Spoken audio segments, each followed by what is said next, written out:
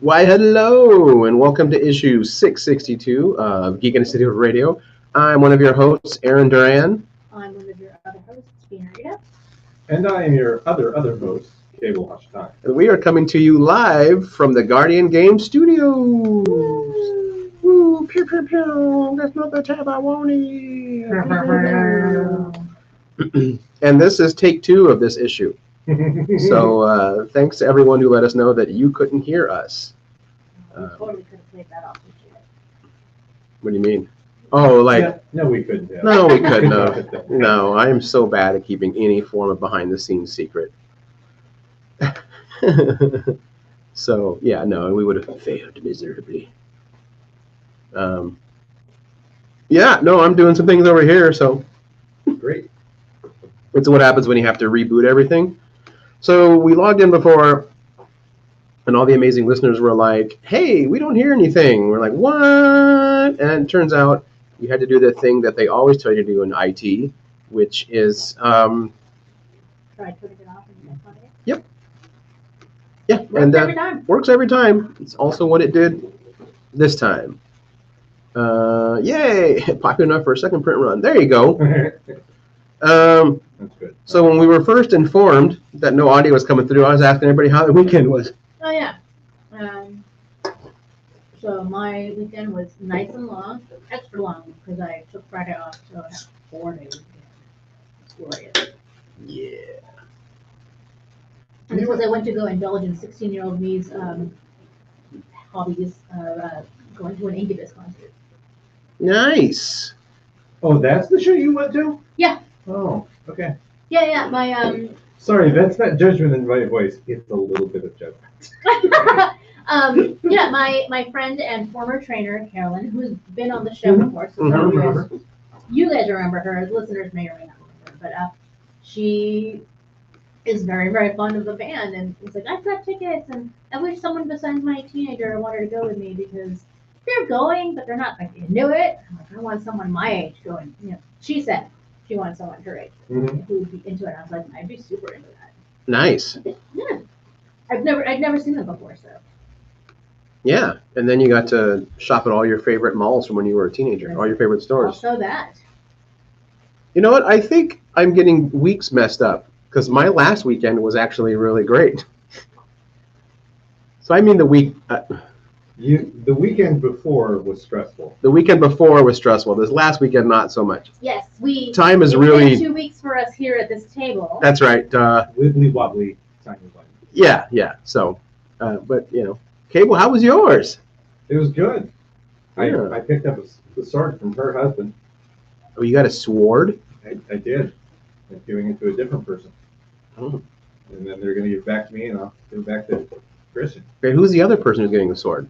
My friend Kelsey. Oh, okay. I thought you were pointing right back to Denise. I was like, why No. didn't he just give her the sword? They live together. They're not It's done with it yet. complicated. It's complicated in a way That's very more important. complicated than just changing your status to it's We're complicated. playing Right. musical swords. Keep up. Do-do-do-do-do. Do you win or lose when you get it stuck in you? Well, it No, depends no, if you get stuck in no, the middle no, with you. musical swords, so you're passing the sword around. When the music stops, the sword is in your hand. Oh, So you okay. win. all And you right. get to kill the person on your left. All right. Yeah. I Yeah. like I think those. technically that's you. I have my own swords. Zzz, plural. But I don't consider myself a sword man yet. That requires like a collection of katanas and like movie replica swords to become a sword man. I think so. Yeah. Threshold. My weekend, whatever, timey-wimey stuff, was uneventful but incredibly stressful Mhm. because I had to make an appointment with a neurologist on Monday morning, which became a trip to the emergency room, which became a trip for me staying the night in the emergency room. So remember when we were live last time and I deal with audio issues, and then I looked kind of drunk and Cable and Denise were like, you okay? And I'm like, yeah, I just got a little dizzy. And then I joked, wouldn't it be funny if I had a little stroke? Well, joke's on me, it wasn't a little one. It was a moderate stroke. Overachiever that you are. Yeah, that's right. Of all of the things I have aimed for in my life, that's the one that works. So yeah, I spent all of Monday and most of Tuesday in the emergency room of Providence Hospital. They wanted to move me Monday night into the hospital proper, but there are no beds available in the hospital. So I had to spend the night in the emergency room, which is not very comfortable. And not directly related to COVID. Not directly, no, but still indirectly, but still also because our healthcare system is trash. Mm-hmm. The providers are good. It's our system, the for-profit and insurance system, that makes it a hellscape, a Terry Gilliam Brazil-like hellscape of bureaucracy. And let me see if this person can afford to be healed. Oh, I wish it was Brazil. Right. I wish it was 1984. Yeah. So, yeah, what had happened is that I had been extra stressed of late for various other things. Part of it because I internalize a lot of things. No. What? And apparently sometime in the past, I had injured my neck, one way or another.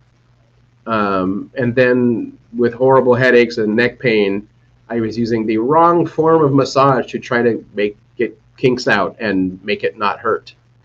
Don't use a lot of hard pressure on your neck, because it can do bad things, like cause your muscles and tendons to wrap around one of the carotid arteries that are supposed to just be a straight shot from like the chest to the brain. One of my tension made it basically do like an S curve, which then caused part of it to tear a hole in it, which then allowed a blood clot to get through and smack me in the brain, which is what you all saw 2 Tuesdays ago. So yeah, right here at this table, roughly around this time. I had a weird bout of anxiety coming into Guardian today. I can imagine. Yeah, because my brain was like, last time you were here, you literally, and I'm not saying this with like hyperbole, when my neurologist at Providence saw how much of my cerebellum, right? Mm-hmm. Yeah, that's part that controls movement and like speech and some parts of memory. When he saw how much was affected, not only was he like, oh, you're still alive, he was also like, holy crap, you can walk, talk, remember. I see no loss of any motor skills, memory, speech. I'm like, nope. He's like, yeah, you were one of the luckiest people I have ever met for this to happen. I was like, hooray.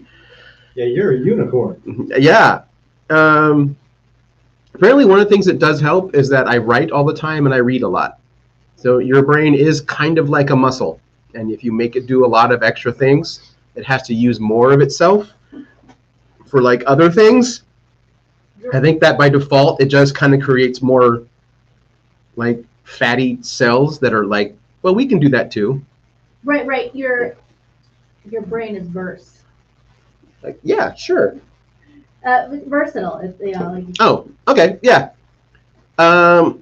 So there was a plot point in anime that talked about the fact that there were aliens trying to take over because they were trying to do certain things to help smooth out the wrinkles in people's brains, because the more you thought and the more you exercised your brain, the more wrinkly it got and the smarter you were. And the dumber they made people started to have smoother brains. And they wanted people to have smooth brains. Oh, yeah, that's true. The more you do thinky stuff, showing my verse by saying thinky stuff, yeah, you get more wrinkles in your brains. Mm-hmm. Wrinkle them craniums, kids. That's right. Furrow your gray matter or whatever. So, in other words, like the more you exercise your brain by doing thinkies. Yeah, no, it's really annoying that being lazy on both a physical and intellectual level is not good for your, not saying you can't do downtime. Your body also needs that, which is another thing that contributed to this, is I am not good at downtime. I am now, by the way, I'm getting better. But yeah, apparently not only do you have to like take care of your body, but you have to do things that stimulate your brain too. Oh yeah, my biggest fear is Alzheimer's. Yeah. And so I'm like, sit down and Yeah.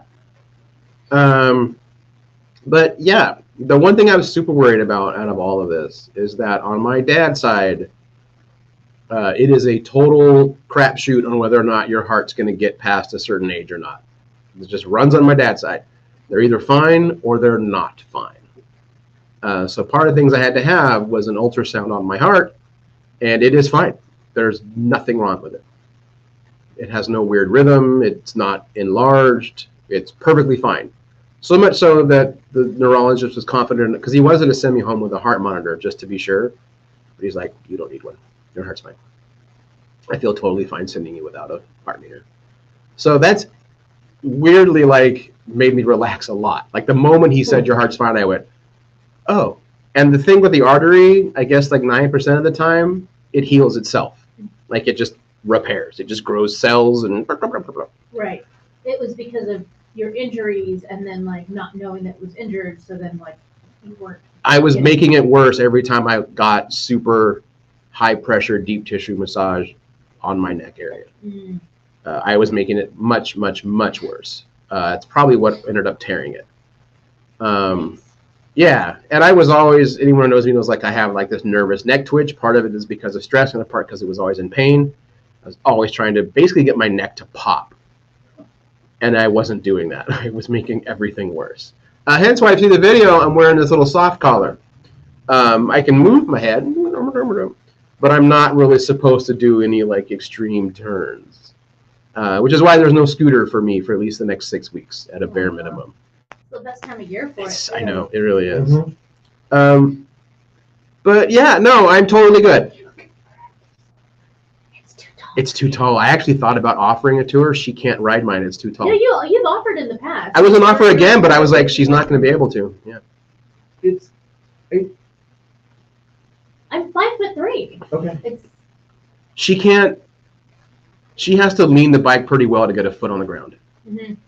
She can't, not even her so toes. it's super hard to get it straight up off the ground because I have to like push off and like immediately have to like Yeah. try to balance it. Jen's is the right size for her. But Jen's is a little spooky because it's so light. Even though it's got a smaller engine than mine, that sucker just Oh, It that just- makes sense. it just goes. So yeah, people at the hospital were really great. Everyone was super nice. I of course could not turn my nerd brain off when I was getting the MRI done. That was way more comfortable than I thought it would be. If it wasn't for the loud sounds, I would have fallen asleep in it. Mhm. Because it perfectly like cradled me, and then I had padding all around me, and then it locked. I was like, oh, it was just the right temperature. It's nice and cool. Every sound it made sounded like the opening riff of every late 90s pop punk band. Huh. Except for one which sounded like the rave music from The Cheat. If you used to watch Homestar Runner, you know that one. So much so that I almost started laughing, but if I started to move it, I had to start over and make them very angry. When they let me out, this would have been a stretch, but I was kind of annoyed that, or at least I was hoping that when the tech let me out of the MRI machine, I wanted him to start talking like Apone from Aliens. Because in my own head, I was like, glorious day in the Corps. A day in the Corps is like a day on the farm. Every meal in the banquet, every formation of parade. I love the Corps. Because I was like, get out of a hypersleep. Right? Yeah. And then, yeah, when the nurse was doing the ultrasound tech was scanning my heart, I started laughing. She's like, what is this? And, this is what it sounds like when the predator stalks us. Because it's the same sound effect, your heartbeat. Yeah. And she's like, you're very weird. She's like, nice, but very weird. I went, hee. I'm sure that made her much more comfortable. Actually, she's commented about I was one of the nicest patients she had had in years. And I was like, because I even offered, like, should I shift a little bit? She's like, no, you have to stay in this position. She's like, so I've got to kind of like shove and prod the wand. I was like, I can move. She's like, no, you have to be this way. And then she said, by the way, thank you for offering. You're like one of the nicest patients I've had in a long time. And I was like, what? She's like, yeah. I said, but why? I said, I'm in here because I don't want to die. And your job is to help me.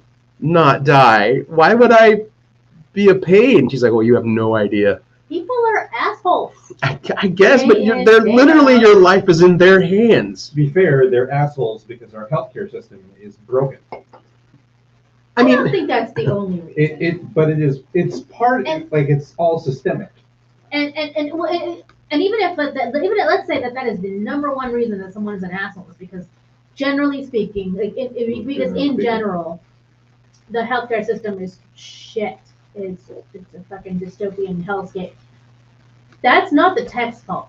Nope. That is nowhere, not even remotely close to being the tech's fault. So why are you taking it out on them?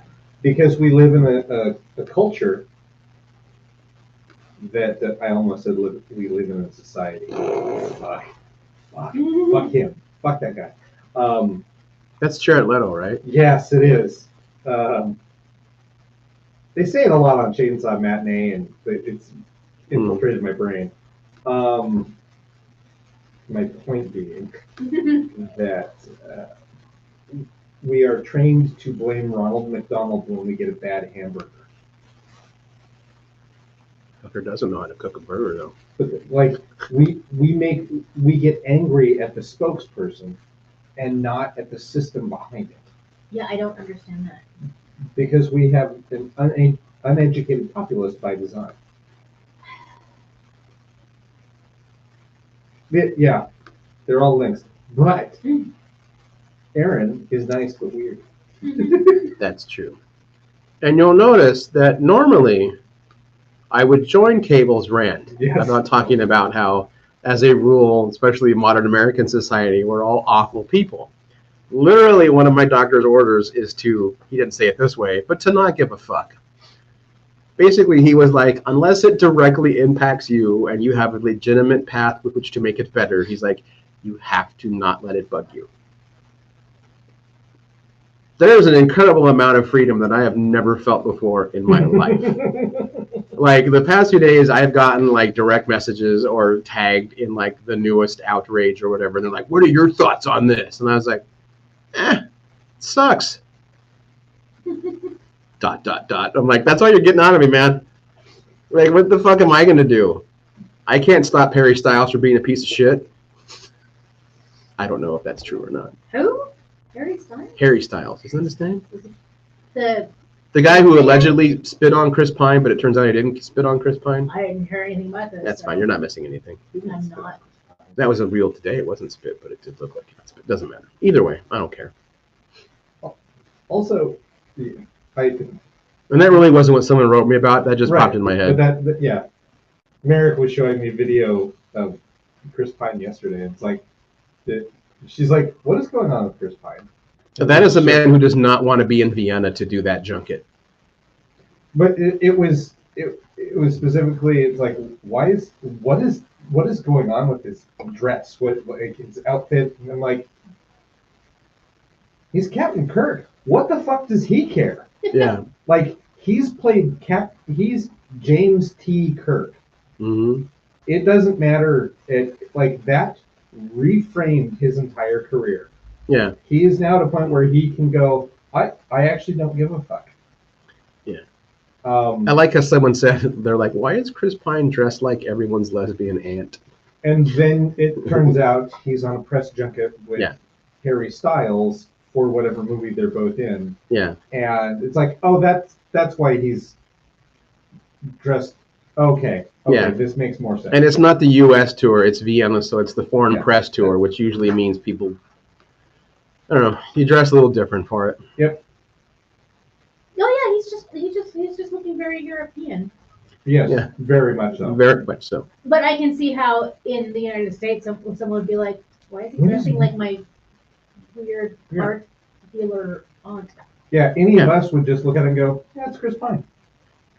Yeah. I'm sorry, I still go back to, he's Captain fucking Kirk. Yeah. He can do what he wants. He does look bored as hell. He is. Yeah. The other thing that Merrick showed me was a clip of Harry Styles answering the question, and Chris Pine's just looking like, if I could get up and leave, I would. Yeah. Mm-hmm. His look completely reminded when Cavill and Affleck were doing the press junket for Batman v Superman, and Affleck knowing it was a bad movie, and poor Cavill, He loves Superman so much. He's just talking about how much fun it is and the honor of the role. And the camera would always push it on Ben Affleck, who's just sitting there like, this movie's trash. Like you're trying to get us to say something nice. He's like, the look is just like, I know I'm in a bad movie. And if you ever watch that, you'll notice that Cavill's not actually talking about the movie. He's just talking about how much he loves Superman. And he loves Superman. He loves Superman. Yeah. Although I have instincts that he's not going to be wearing that cape anymore. I think he's going to get announced at a Marvel thing at D23 this weekend. Oh, is that this weekend? Yeah. Okay. Yeah. Yeah. Yeah. If Marvel had a big showing at Comic-Con, but there's still a D23 and they're getting a dedicated Marvel day, like, yeah, no. Like, I bet that's where we might even get like Fantastic Four casting announcement. My gut tells me that Carlo Esposito is going to be Professor X. I could see that. Yeah. Such a great villain. I'm okay with all this. Yeah, no, it's great. Yeah. Who, Carlos Esposito or Professor X? Yeah. Neither of them are villains. Because, well, an argument could be made. I'm sorry. You said Carlos Esposito, but in my head, I heard Giancarlo. Yeah.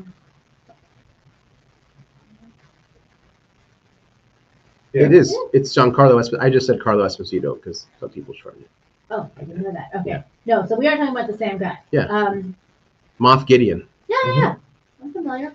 Which, by the way, that dude took his saber training to heart because I guess it was at a convention, I don't know, just like within the last few weeks.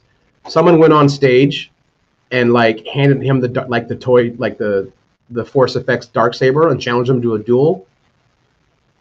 Dude went to town. Like this poor nerd was like, oh shit, I gotta actually defend myself. I mean, he wasn't gonna hurt him, but it was like, I'm not just gonna go. We see celebrities, like no, he squared up. It was pretty cool. Yeah. The audacity. Yeah. Why would you think otherwise? Yeah. So no, that was pretty cool. Anyway, yeah, I'm here, feeling better than I have in a long time. Haven't woken up in pain in the last week, which is weird. Yeah. What's it like? I keep waiting for something else to happen. That's what it's like. You're also a chronic pain sufferer. I am. Yeah. Like yesterday when I woke up, I literally I was about to go for my walk, and I stood in the middle of the kitchen and I went, something's wrong. And did like that checklist. Because also I'm being hyper vigilant now about anything weird my body's doing. Right. To where like, if I lean on my arm wrong, and you can just put it to sleep, I'll be like, shit, my arm's numb. Oh, that's right. I gotta call 911. And I stand up and it gets all tingly. I'm like, oh no, I just literally put it to sleep. Because not just your arm would go, it'd be your entire left side. Right. Mm-hmm. But anyway, yeah, I'm in the kitchen and I'm like, something's gone wrong. And then part of my brain was like, no, you're just not in pain. And we don't know how to function that way. Like we're not dedicating some energy to just mitigating pain so you can do the rest of the day. So there's that. It probably will make you less tired in the long run. Probably. I am sleeping better and longer, but I'm not being like, oh, I could go for a nap. I'm like, nah, I'm good. I know that like on days where like my back pain is particularly bad, I'm exhausted just from a basic work day. Mm-hmm. Because you can't not use your back like throughout the course of a day. Right. Even if you have a really low impact job, which mine sort of isn't. Yeah, I'll just be exhausted by the time I get home from work because it's exhausting and Yeah. it wears you down to try to work past the pain or try to ignore it or work a muscle that is in pain. So I picture that you would probably feel a little more rested. Yeah, and it's a very strange feeling. Also, not having pain when you sleep. Oh my God, that has been amazing. It also, because you wear the Fitbit and it kind of tracks your sleep. It's pretty shitty at it, honestly. Fitbit, your system doesn't work that well.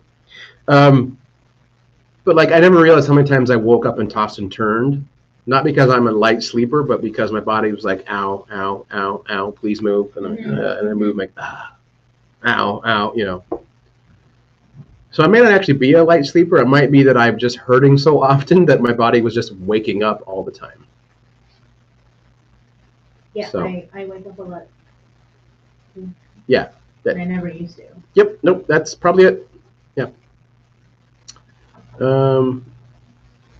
But no, it's great. I'm glad. I would not. I don't want this on anybody. Like, that chronic pain's no fun. Suggesting that maybe I might have a problem is when they were telling me things I need to do. In the back of my mind, part of my brain kept saying, please don't say cut alcohol. Please don't say cut alcohol. Please don't say cut alcohol. Please don't say cut alcohol. You know what they never said? Cut your alcohol. They did say, like, don't drink in excess. They're like, but we would say that for anyone. I do still have to watch it because I take a muscle relaxant before bed now. Right. And that and a trazodone, Oh yeah, that's a cocktail you don't want. I mean, or maybe you do. It's a super relaxing way to go to sleep. But yeah, no, I wouldn't do that. So yeah, this is all true. That's it. I am not looking forward to the bill, even though we have insurance. Sure. You may be seeing me on GoFundMe any day now. We haven't seen it yet, but it's not going to be pretty. No. I'm actually curious if they're going to charge me more for staying in the ER, even though I had no option but to stay overnight in the ER. Absolutely ask for an itemized bill. Oh yeah, no. Our friend Diana is already telling me how to apply for financial, but she's telling me all the things. I'm actually supposed to not be super physical. Like, I'm not supposed to live more than 20 pounds for at least the next 6 to 8 weeks. Basically nothing that puts like a ton of pressure through that artery. They're like, don't make your body have to really just start pumping away. God bless her, our friend Diana. She's like, you may have to file for disability. I'll walk you through it. And I'm like, wearing this brace, every time I've gone into a store, they've asked if I need the little cart. And I'm like, no, I walk fine. Like, are you sure? We'll get it for you. With the grocery scooter? Yeah. So part of me is like, do I? Like, no, I want to walk. I want to walk. But, so. Oh, man, Norm, you got COVID. Everyone's going.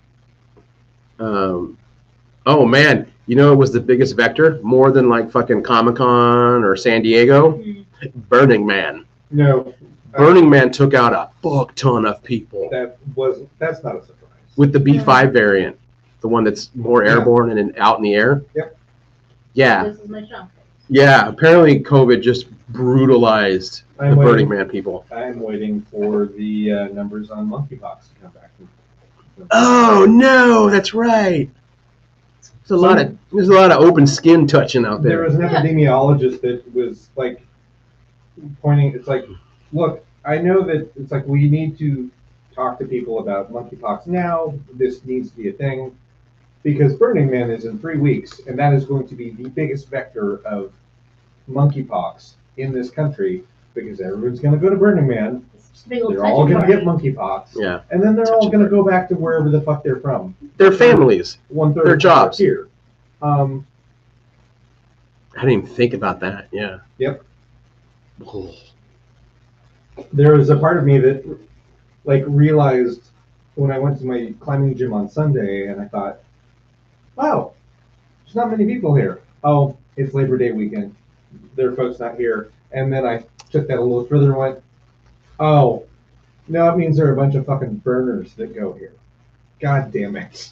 It's more likely it was Labor Day. You haven't seen how toned, tanned, clothing optional, and tattooed many of the climbers. Yeah, why would I hang out with those people? It's not the tattoo part. And in the world. And Burning. Okay. I don't actually know anything about Burning Man. Like, not with any real tangible. Oh. I know Continue at to least live. one burner, but I feel like you would not enjoy it. I feel like you know more than one. Yeah, you know more than one. They just may not talk about it all the Yeah. time. Sure. They're not as annoying as CrossFit people Anymore. anymore. The few weeks leading up to it and the week after, they get super hyped and they can't wait to tell everybody that they're going to be on the burn or on the playa. I had wanted to do Burning Man back in the day when I was in my early 30s, and then I discovered Dragon Con and went, why would I go to the desert when I have a hotel? Yeah. And- No, thanks. The only one I do want to do someday, or at least to check it out, there's one, I don't know if it's in the Nevada desert, but I know it's somewhere on the West Coast.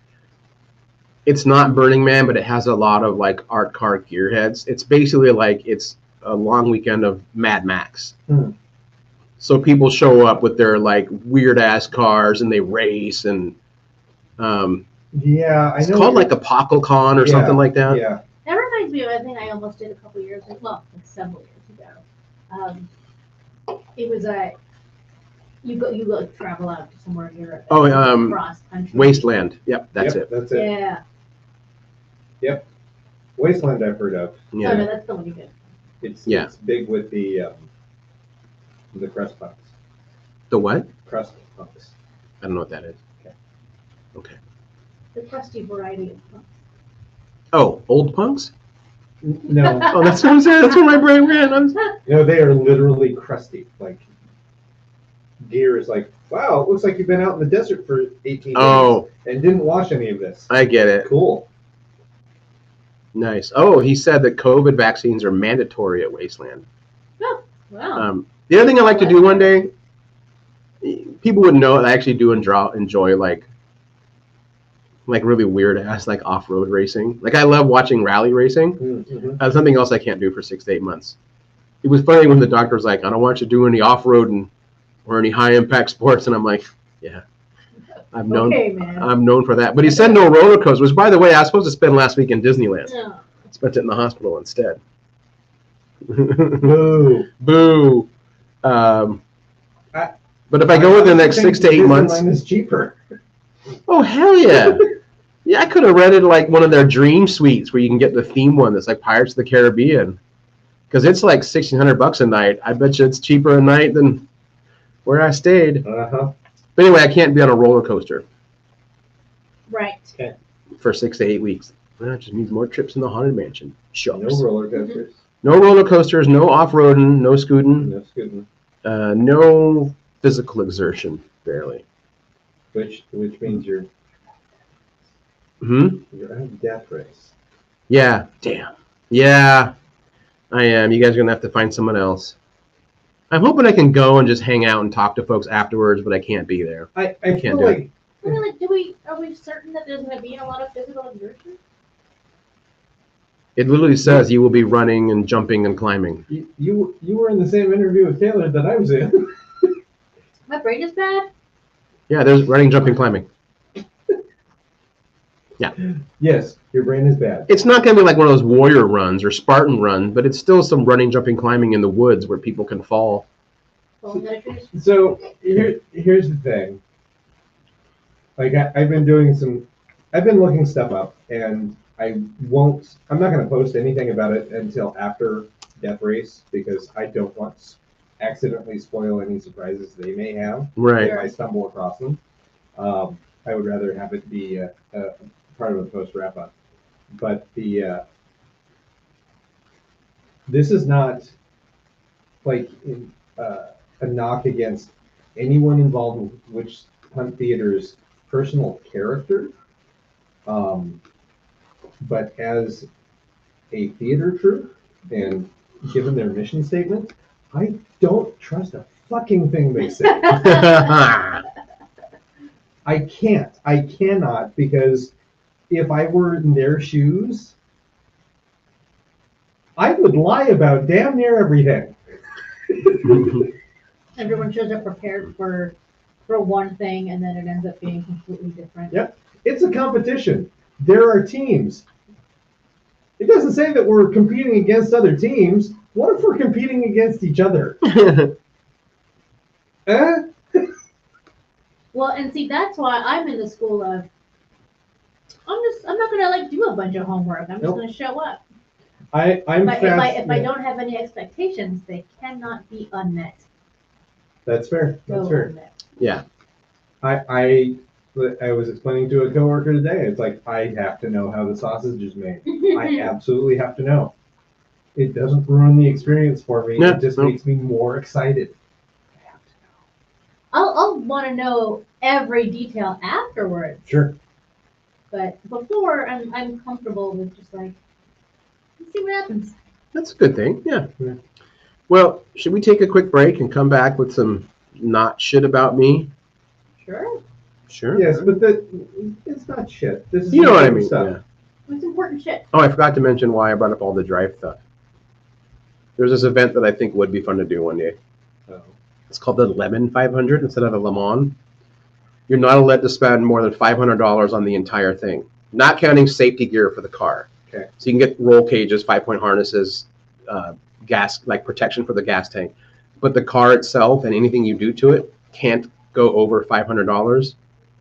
And then it's like a 24-hour endurance race. It's like last car standing kind of thing. I was like, all right, that actually sounds like it's a fun bit of chaos. Yeah. Yeah. We'll be right back. Hey, how about those commercials? Those products and services. I'm going to buy that thing and go to that place. You're in that place and you do drink that thing. Live. Do right now. No, not that one. We could go for some new sponsors though. That'd be pretty cool. gitcradio@gmail.com. Yeah.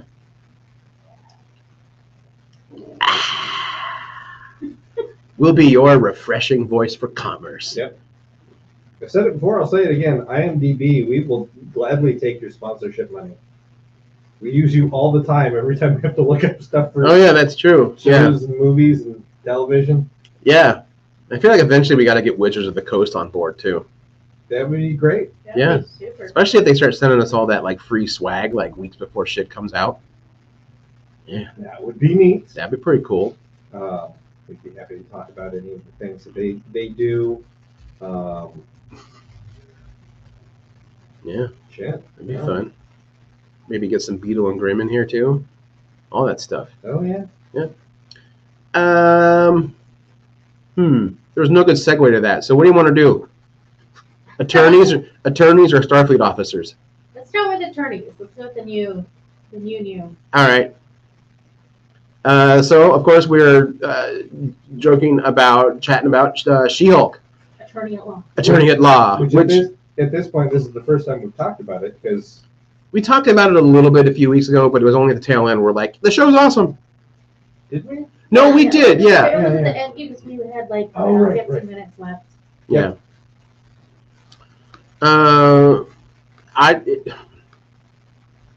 It's one of the shows that I now look forward to every week because I know it's going to make me chuckle and Mhm. smile and just have fun.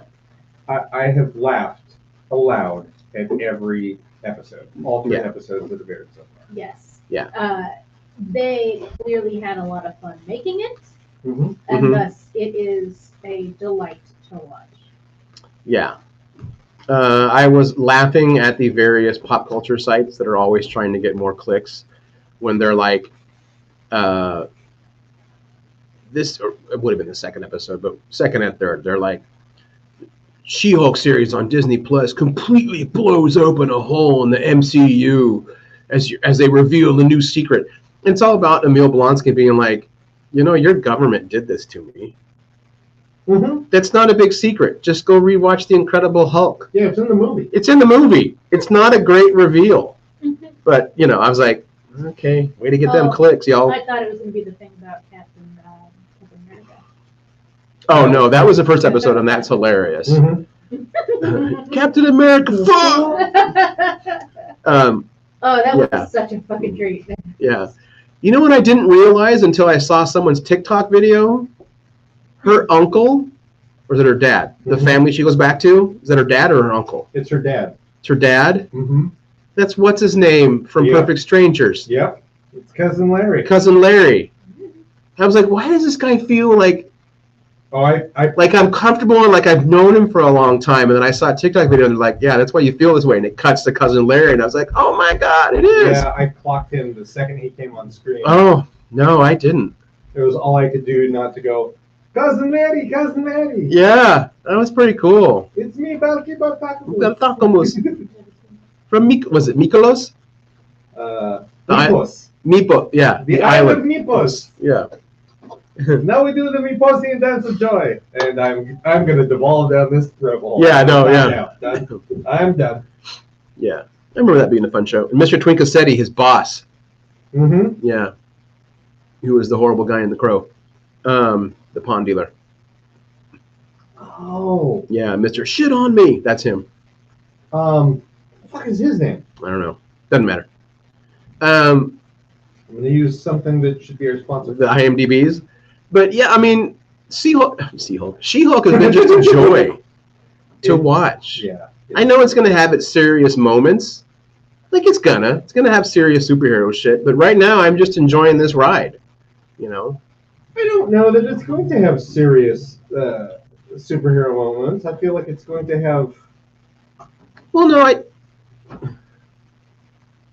I feel like it's going to have moments that have weight and gravitas, but not serious. I guess that's what I mean. Like I Yeah. know eventually Titania is gonna cause like a real threat.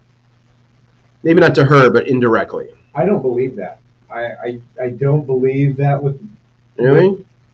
by casting Jamila Jamil as Titania, and her backstory for this is Titania is a superpowered Instagram influencer. Yes. Like, no, I don't know where you're going to go with this, but I don't think it's going to be knockdown, drag out, classic superhero fights. But it's going to be interesting and fun to watch. Yeah. I mean, we did this last week get to see the Wrecking Crew, Yes, we did. which is hilarious. Oh man, they were awful. That's an existing, It's an existing villain team in Marvel, like a D-list team. I'll say. Yeah. John Polito. Nice. Um, Yeah, they're never really a threat in the comics either. They're more of an annoyance. they are your first tier mini boss. Yes, exactly. If you're a superhero and you encountered the Wrecking Crew, it means that whoever is behind it has money, and there's a whole lot more shit you're gonna have to go through to get to them. Right, yeah. I mean, Kingpin has employed them before, but Mhm. you can't really trace it back to Kingpin kind of thing. So they're like TaskRabbit for villains. Yeah. Yes, Yes. that's exactly it, yeah. But it was still cool to see. That was fun. And yeah, I mean, we're going to talk about the twerking scene, which was just magical. That was. Please recount the story that you recounted to us over text, because that blew my mind. That she didn't know they were going to cast Megan Thee Stallion, Yes. and that they intentionally hid it from her because they knew she was such a big fan, she wouldn't be able to focus. So they cast Megan Thee Stallion to play herself and an Asgardian shape-shifting elf at times, as what happens. Duna. Whose Yeah. name sounds familiar? Yeah, I don't know. Okay. So apparently, anyway, in the full script, it was just the stinger was just supposed to be her being like, okay, now Megan just signed down here, and She-Hulk would be like, oh my god, I can't believe I'm representing Megan Thee Stallion. The director fired up the song Body and just said dance. So that's all unplanned and unscripted. And so, they're going at it and twerking, and she just is going nuts. And she's in that full mo-caption suit. Right. So that really is her ass. That really is her ass. It's almost always her, unless it's like her jumping off a cliff. And it's her jumping and then CGI the rest. I mean, see, you know what I mean. She's doing the Andy Serkis thing. But the other thing that was hilarious is they were talking about how, like, the cameramen weren't getting low. And the director's like, you need to give me better shots of this. And the cameramen were literally like, we're trained to be respectful. This does not feel right. And the director apparently said, "Get low. If you don't get that ass, it doesn't matter." Female director, by the way. This wasn't like a dude being like, "Show me that ass." It was, yeah, her name's Kat. And she was like, "Get lower." Yada, yada, yada, yada. Yeah. And then someone wrote, and I don't really want to go into like people like the incels are being angry about all this. This is probably the most comic faithful adaptation Marvel has ever done.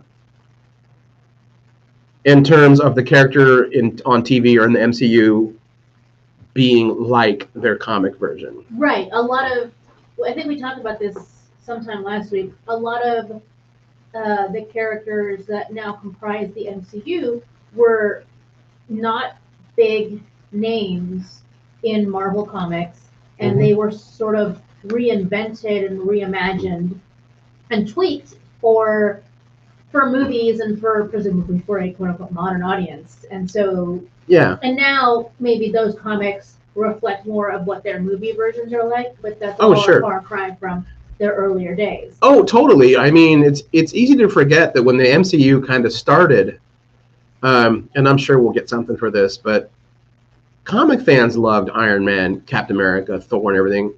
They were not at the time Marvel's A-list sellers. That was X-Men, Spider-Man, and Deadpool. Like, that was their money makers, and Wolverine. You know what I mean? So the MCU is what elevated all those characters into bigger hits now in the books and whatnot. But yeah, she's completely like out of the comics, breaking the fourth wall, all of it. Yep.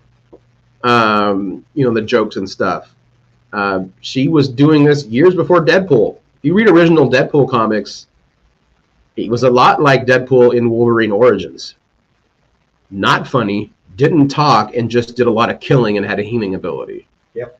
We didn't get like jokey Deadpool, I think, for like a decade into him being in comics. And that would have been, was it Jay Faerber, Gail Simone? There's some other writers. I knew Pete Wood started drawing him right when he was getting more jokey and stuff. So they can't even say that like, oh, they're just ripping off because Deadpool's a hit. Like, no, this has always been She-Hulk. She has always been this way. Yeah, and with Deadpool too, that actually took a different turn where they had to do something else to him in order to get him to that point where it's like, no, it's okay that he breaks the fourth wall. It's like, why? Because there's someone else living in his brain. Oh yeah, that's right. That doesn't Let's forget that part. make sense. Okay.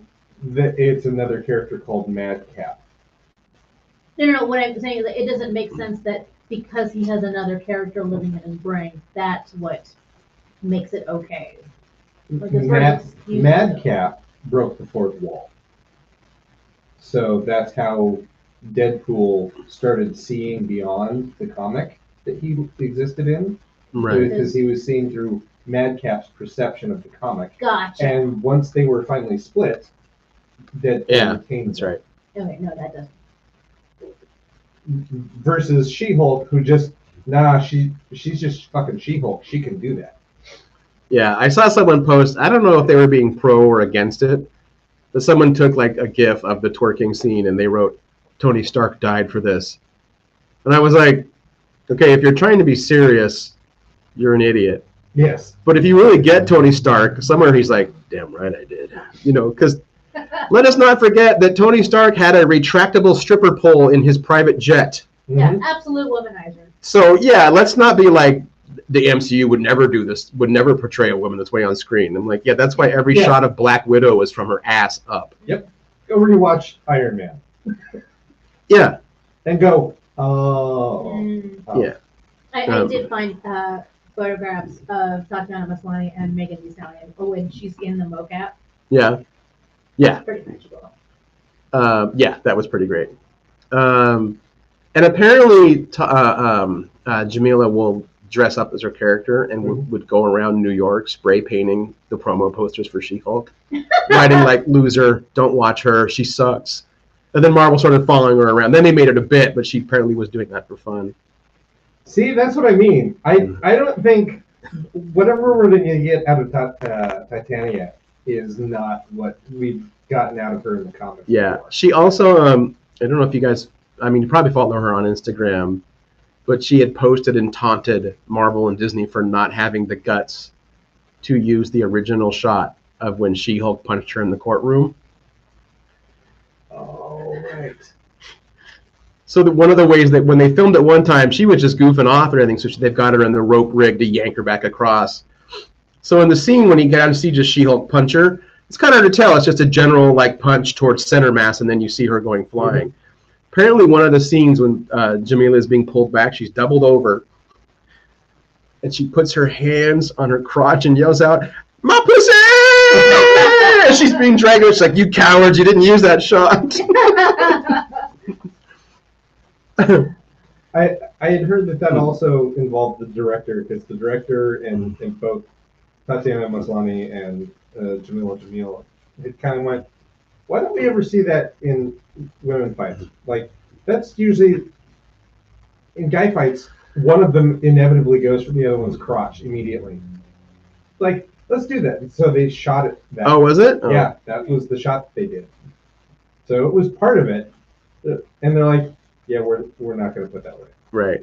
Because I think it was in Hawkman where Florence Pugh accidentally got punched in the boob.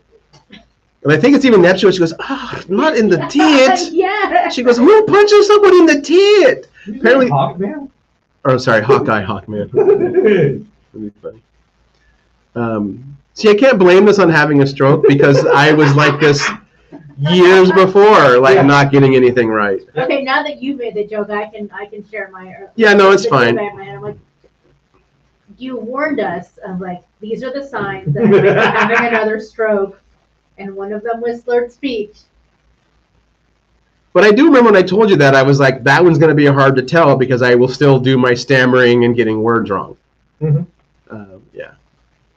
No, if it's I get that vacant look of death in my face again and complain about not being able to see straight and I'm dizzy, that's the one. Yeah, I remember what you looked like when it was, presumably happening. And if I happen to forget, there's footage.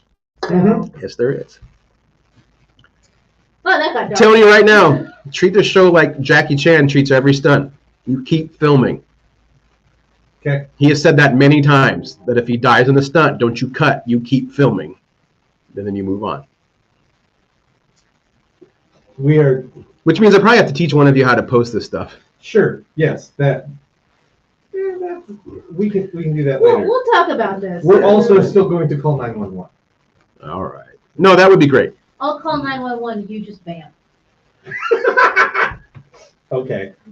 Does that work? Sure. I'll be on the gurney, about to go into the hotel. Give me the headphones.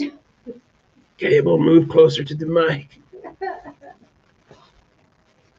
Don't forget our sponsor. Watch out for snakes. Yep. Yeah. Don't let that be something that you say being wheeled in on a gurney into an ambulance, because they'll go, oh man, he's telling us to watch out for snakes. He's still gone. Yeah, you're talking to a guy who once went plummeting down a set of stairs and like didn't even try to catch himself. Just shouted, "I regret nothing." I just want to tell that story too.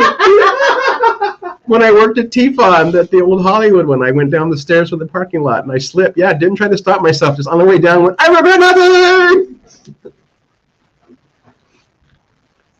My whole life is dedicated to the bit. I guess that's why I try to tell certain publishers. They're like, "Well, we're just not sure that like you'll market your stuff. You're brand new." And I'm like, "You have any idea how like badly I'm wired? Like I will commit to the bit and the product will always come before my own self-preservation. Mm-hmm. Like always." I'm like, but he wound up in the hospital. It was a good bit though, right?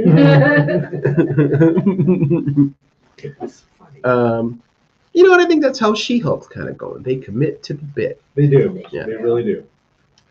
Um, I'm looking forward to seeing this week, although my watching of this week's episode is going to be delayed, as well, yours might not be. I don't know what the hell you do for the rest of your Thursday, but I have to work, and then I have to... Oh, full disclosure, I tend to watch it in the morning, like it's my coffee and breakfast kind of thing. When we're getting ready to get to be at and being at work. Yeah, and I get up extra early on Thursdays and go to the gym. Monster. I know. I'm back on my daily walks. Yeah, Tuesdays and Thursdays, my gym opens at 7 a.m., so I get there so I can work out for an hour with maybe 20 other people in the gym, as opposed to the 120 people that can fill that place. No, there is that. Yeah. 'Cause, I don't know. I would always much rather prefer to go to a gym after work. Although I was having a conversation with someone, they're like, man, I don't want to get up and go to the gym at 7 a.m. But I sure have a lot more energy for the rest of the day Mm-hmm. when I do that. That was also my thing when I had the morning gym. I'm like, fuck, I don't want to fucking go. But then an hour later when I'm done, I'm like, man, I feel good. Yep. Yeah. You know? No, there is that. Yeah. Well, speaking of Thursdays, Lower Decks is back. Yeah. Woohoo! So we've both seen the first 2 episodes, I'm assuming. Mm-hmm. This is one of those shows that's very hard to review because I'm always like, it's great. Like, we've either sold you on animated, goofy Star Trek by now, or you've just chosen to not like it. You've just chosen that that's not for you. I think what thrilled me the most about the season premiere Mhm. of this season is that, and I fell for it. I fell for the gag because we live in this universe where everything is shit, Right. and we don't trust the cops. We don't trust our government. We don't trust any type of authority at all because they have clearly shown that they are out to get us. So Right. watching an episode of Star Trek Lower Decks where Captain Freeman is in prison for a crime she didn't commit, and she's being framed for it, and everyone around, Everyone around Beckett. yeah, Mariner is like warp speed ahead, wants to go fucking fix this by breaking every rule, and everyone around her says, "It's Starfleet. Just trust Starfleet. Starfleet's got this. Just trust the system. Trust the system. Trust Starfleet." It's like, oh yeah, she's not going to do that. She's going to do, and that was the one thing that she was supposed to fucking do. Right. Because it's Starfleet. Of course they took care of it. They took care of it in 20 minutes. Yeah. I mean, there are examples of Star Trek not doing the right thing, or at least trying not to do the right thing. Sure, but that isn't this show. Right. Like the Starfleet that Beckett Mariner works for is the toe the line, goody two shoes, we do everything right and by the book Starfleet. Right. Which is why she is an anomaly. Hard era paranoid Starfleet. Yeah. Yeah. And it's funny, I actually rewatched that episode. I rewatched both before coming down here today. And I rewatched that first episode, and then it hit me, oh, I bet you the captain was in on this, but only the captain, because this is totally some kind of covert bullshit thing that Starfleet loves to do. Mm-hmm. They know the Packlets are up to something shady. So, like, we don't know what it's going to be, but something's going to happen. Then, boom, something happens. So they activate, you know, their secret underground network of, like, I need you to, like, do some spy shit into Packlet and Klingon territory. But we'll make it seem like we're persecuting this one captain for it. Mm-hmm. Because it made me think of fucking Chains of Command in TNG. Oh, yeah. Yeah.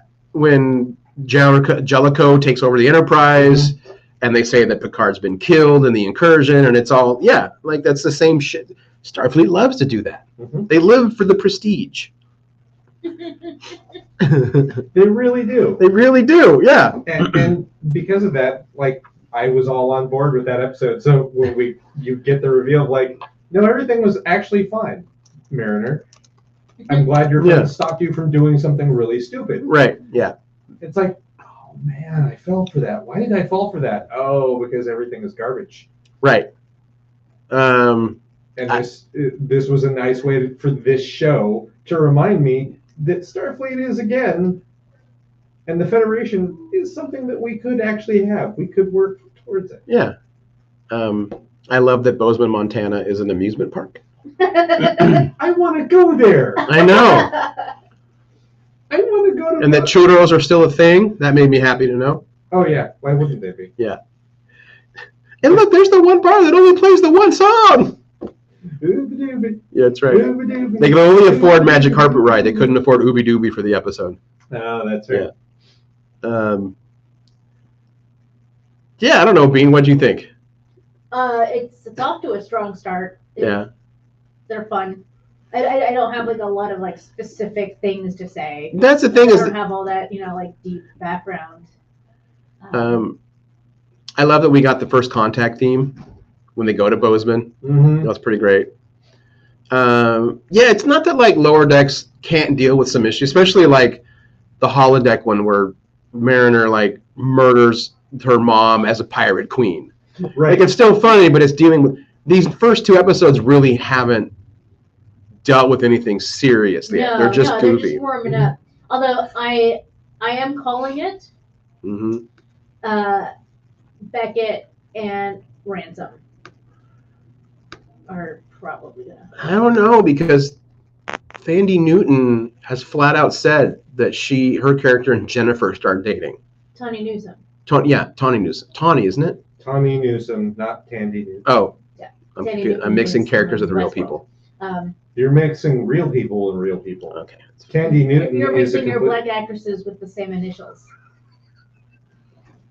Okay. Because they are both TN. Oh yeah, no, you're right. I totally forgot about Jennifer. Mm-hmm. Jennifer. The Andorian. Like Yeah. that's her name, allegedly. It's such a dumb joke, and I love it every time. And always like, get out of the way. I like freeze framing the animation because they go all out. Like her eyes go different directions, her antenna goes splayed, her body goes all splayed out for 10 frames, and then it's back. But yeah, she's mentioned that their characters are going to start dating. Huh. Which I kind of saw coming the last 2 episodes of season 2. I'm like, they're building up to... You did say that. Yeah. I was like, yeah, I know that tension. I know what's happening there. Cool. I did not realize that they got James Cromwell. I didn't either. Voice. Oh, I recognized him. Yeah. I mean, I thought it was someone that was like, they got a good voice for it. Okay. No, I heard it and I'm like, nope, that's James Cromwell. Yeah, I feel like Star Trek's on this great resurgence right now that like when Paramount or the writer's room or whatever, when they call up an actor saying, hey, do you want to do this again for like a few minutes? They're like, hell yeah. Oh yeah, they got I'll do it Marta. right now. They did get him, J.G. Herschel. Mhm. Right? Man. Yeah. Yes, J.G. Herschler. That Dungeons and Dragons pastiche was fucking great. Your chest thumping did not increase your stamina. Oh. That was so good. I want that game now. Yeah, and I like how it's a direct ripoff of the VHS game that came out in the 90s. Yep. Yeah. Yep. It's very meta. Yeah. I enjoyed it. I am also just now learning that Jennifer is voiced by Lauren Lapkus, who I really enjoy. She's a comedian. Oh, okay. Yeah, she's funny. Yeah, I'll watch anything she's in. So now that makes me like Jennifer What's her a name? little more. Lauren Lapkus, which is Lapkus. Oh, I see. It's a funny spelling. Oh, okay. Well, it's not spelled the way you think it's spelled when Yeah. you hear it. She looks like someone who would be funny. Mm-hmm. Cool. Yeah, I mean, we haven't gotten a whole lot of character development yet. I feel like the first 2 episodes were about just, all right, let's get back to them so you remember everybody. I mean, Boimler had his episode. Yeah, that's true. I love the idea of Bajoran dirges. Man, that was great. Yeah, it was pretty great. I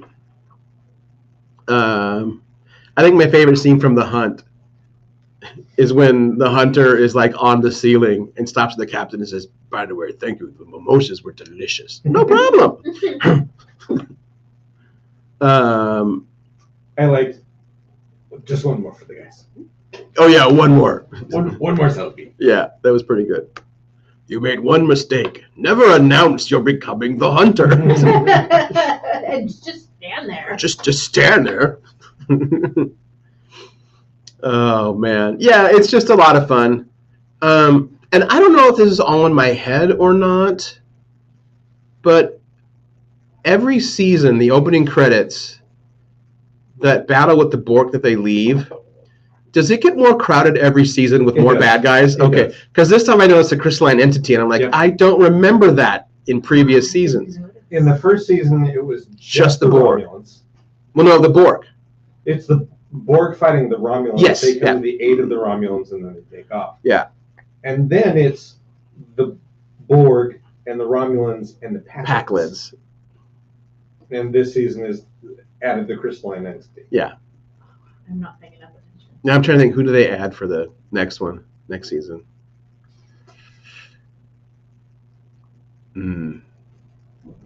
I think they should just go for it and have the fucking Doomsday Machine just come that would just be- coming right That up. would be great. Yeah.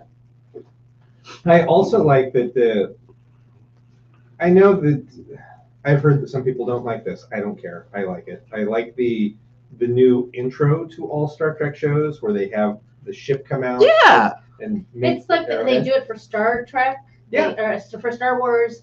They do it for Marvel movies. I'm Mhm. sure DC has one. I just don't give a fuck. Well, because no one's seen one in a long time. So I like the fact that they do that, and they. It's just going to be Ezra Miller's monk shot as they Ugh. flip comics under their face. But they, There, I corrected. I said there. They introduced it for Strange New Worlds, so it was their Enterprise doing that, but for lower Yeah, decks. and at first I it's thought- Cerritos. Oh, they're always going to have the Enterprise because that it's Star Trek. Like, no, now it's the Cerritos for their show. I did not catch that either. So it's whatever shows. So yeah, now we know like Individual Discovery's going to shows. have one. I bet Prodigy does. I would We'll see imagine why so. not. Yeah. Maybe they just do it for the Paramount replays, Probably. not for live at Nickelodeon. Oh shit! That means for the season 3 of Picard, we will either get Enterprise D or whatever new ship they're in. the new Stargazer. Maybe, although I wouldn't be surprised if they do Enterprise D, just for the still the Yeah. fullness, considering it's the cast and it's the whole nostalgic punch. I just want to know what ship Captain Annika Hansen is piloting. Oh, yeah, they just said that she. Well, I don't know about the new season of Picard. So the new comic for Stargazer just drops. I think it drops this week. Mm-hmm. And those are actually considered semi-canon as prequels to shows. And she's not in command of the Stargazer. Like, as soon as that event's done, she doesn't keep the field command, the field captaincy commission, and some other person gets No, it. but And she goes back to the Fenris Rangers. At least in the comic, she will. I believe for season 3 of Picard, she is Starfleet. Yeah, I'm guessing in the comics something happens and she's back into Starfleet. And I think she's not just back in Starfleet, but she's a Starfleet captain, has her own ship. Yeah. And I hope so. She should. Yes, I hope so. Like that. I like Picard for a lot of things, but one of my favorite things is the redemption of Seven of Nine Yeah.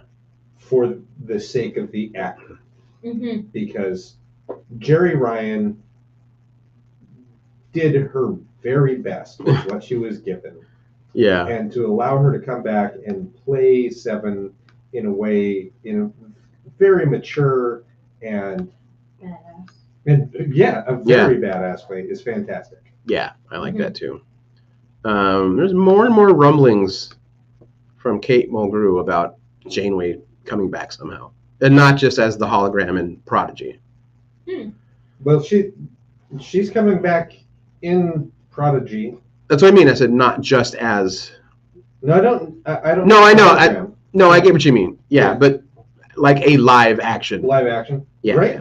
I'm all for it. Yeah. Again, so much of Voyager I don't like has to do with studio meddling and Mm-hmm. has nothing to do with the actors' performances or what they were trying to do.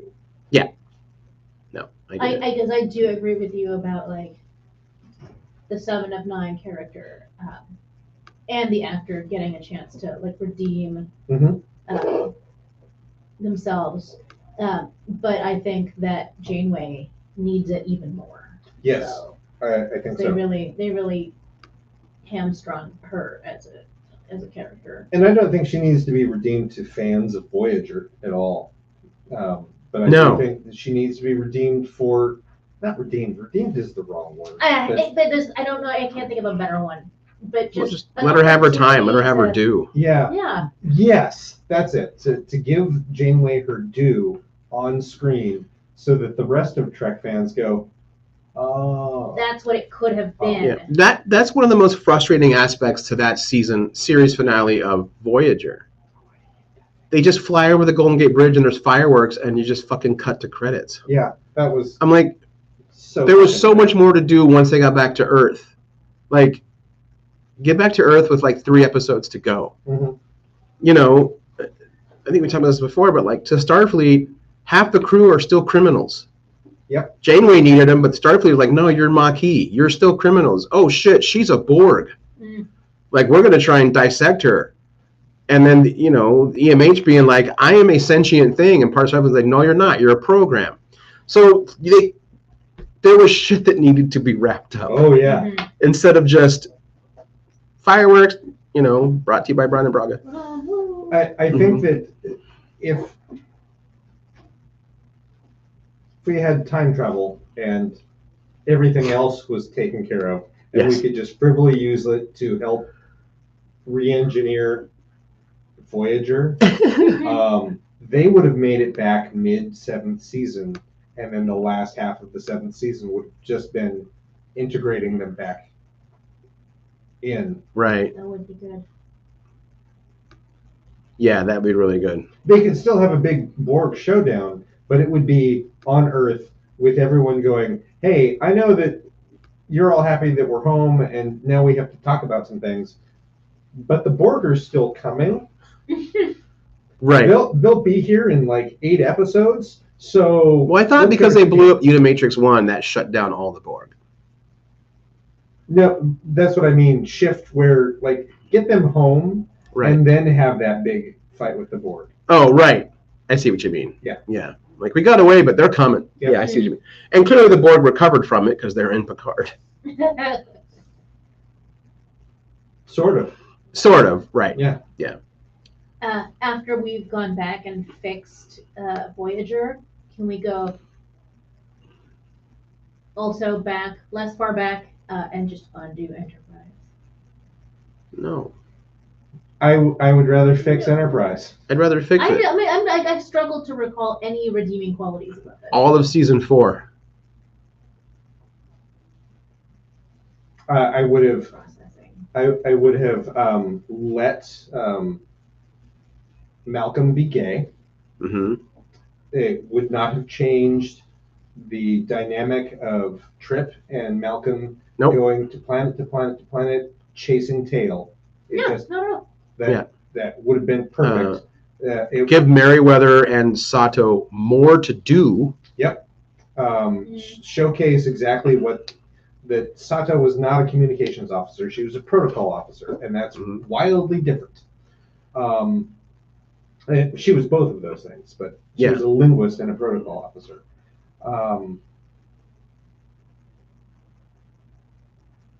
I would have given far less sexist dialogue to Archer. Mm-hmm. I would still let him be flawed because I think that's part of the show is he needs to fuck up over and over and over again.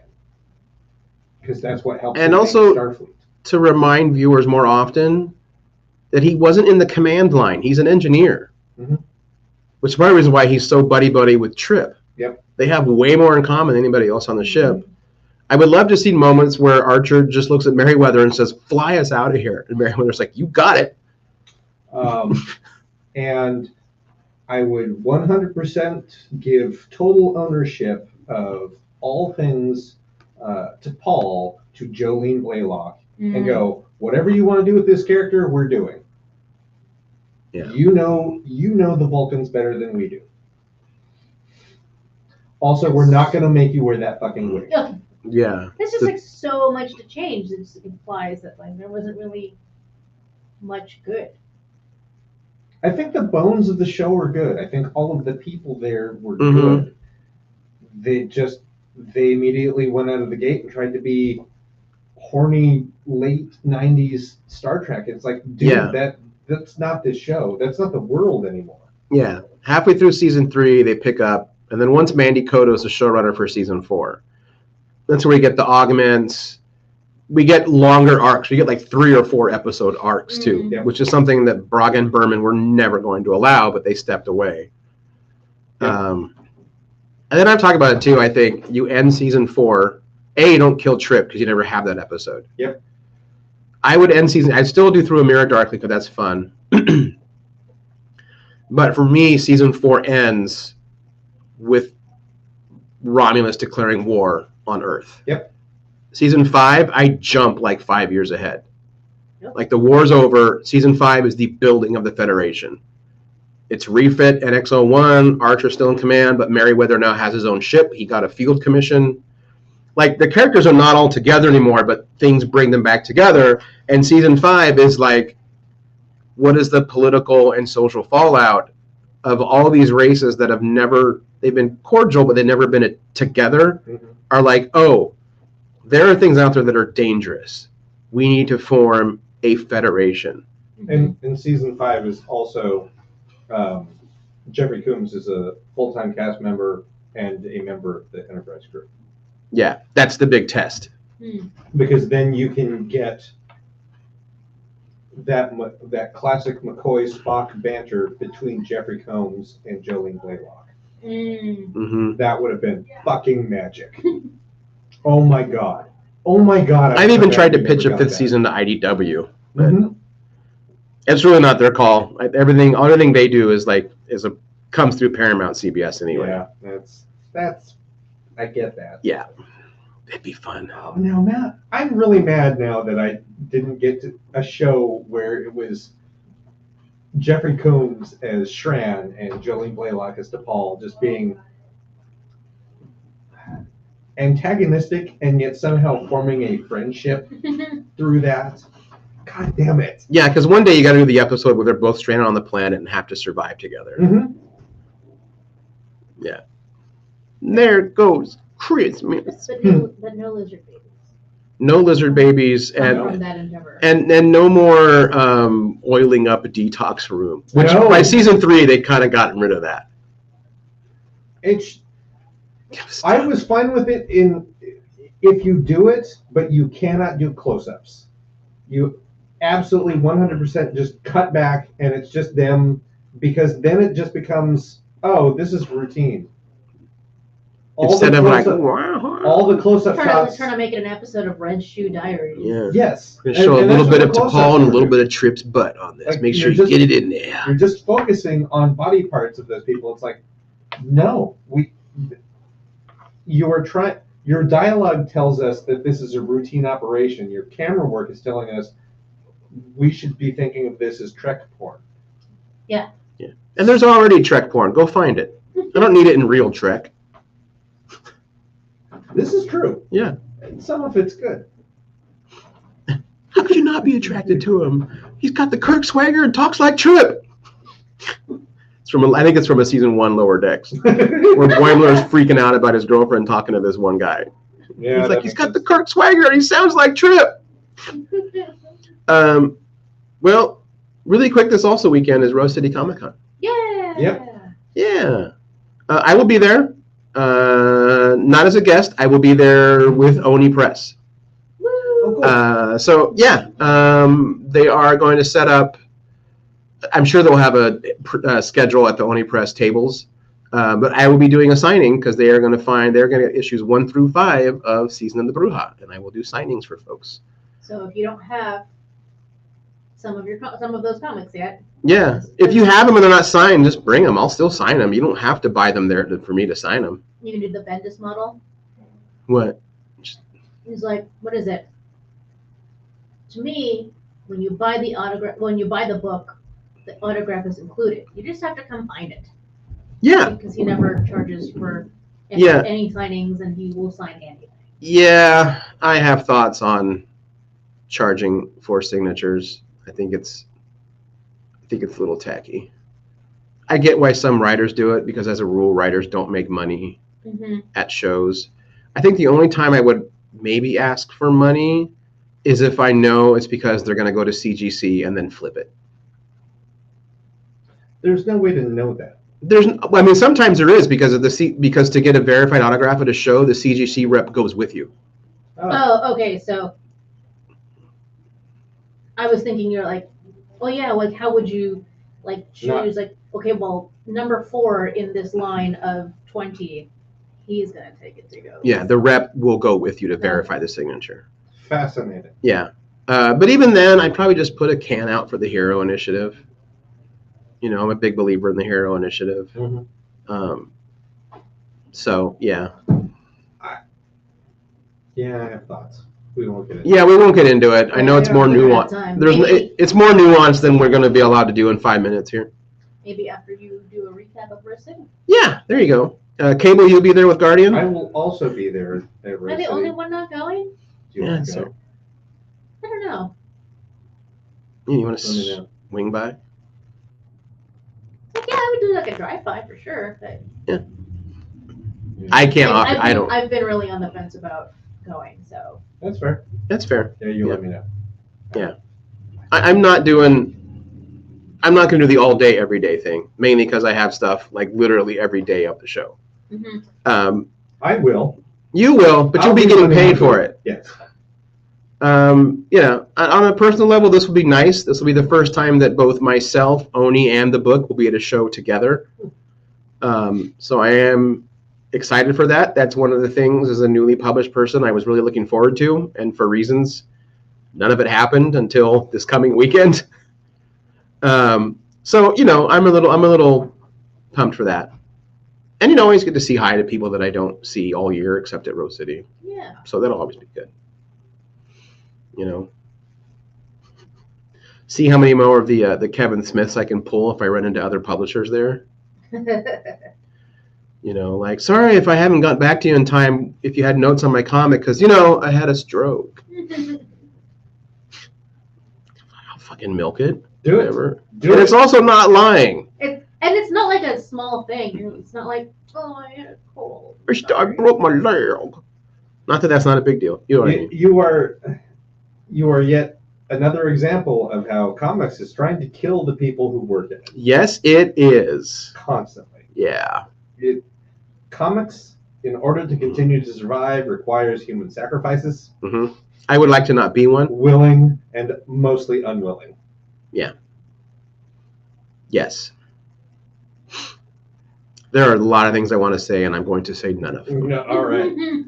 All right. Other than, it would be a really great start is if fucking freelance writers, comic writers, artists, inkers, letterers, if we were allowed to form a friggin' union. Because then the union applies for insurance. Right. But we're not. And on that note, do we have a guest next week? I do not remember. Ow. That's a neat sound you're making. I don't believe that we do, but we can take a moment and talk about what we do have. So I don't have it nailed down. We will be having Gwen and or Brian Callahan from the HP Lovecraft Film Fest. They will be joining at one of these Tuesdays this month to talk about the upcoming HP Lovecraft Film Fest, which is the 7th, 8th, and 9th of October. And hey, you stop working, computer. Hello, computer. So that's coming up. If you haven't got your tickets, they'll be available soon. The Kickstarter will be going up soon. Lovecraft Under the Gun is also coming up. I know you wanted to do that this year. I don't think it's a good idea. That's a little different. Depends if what I do. It's also the same weekend as Witch Hunt Theater. Oh, is it really? Yep. Does that mean Lovecraft's the next weekend? No, No, I it's 2 have weekends Lovecraft starting on the 30th. Go to their website. See, I didn't have the dates for it when I posted that little thing of like, hey, let's try and do Lovecraft Under the Gun. Yeah, Lovecraft Under the Gun. Your entry has to be you have to apply to enter it has to be in by the 22nd, and then filming takes place the 23rd to the 25th. Ah, Okay, Damn it. yeah. And then the festival is the 7th, 8th, and 9th of October. all right. Well, nope. We'll try again next year. What we can take from this is, I think, at least minimum once a quarter, we make up our own guidelines and go make a movie within Yeah. the same time That'd be period. fun.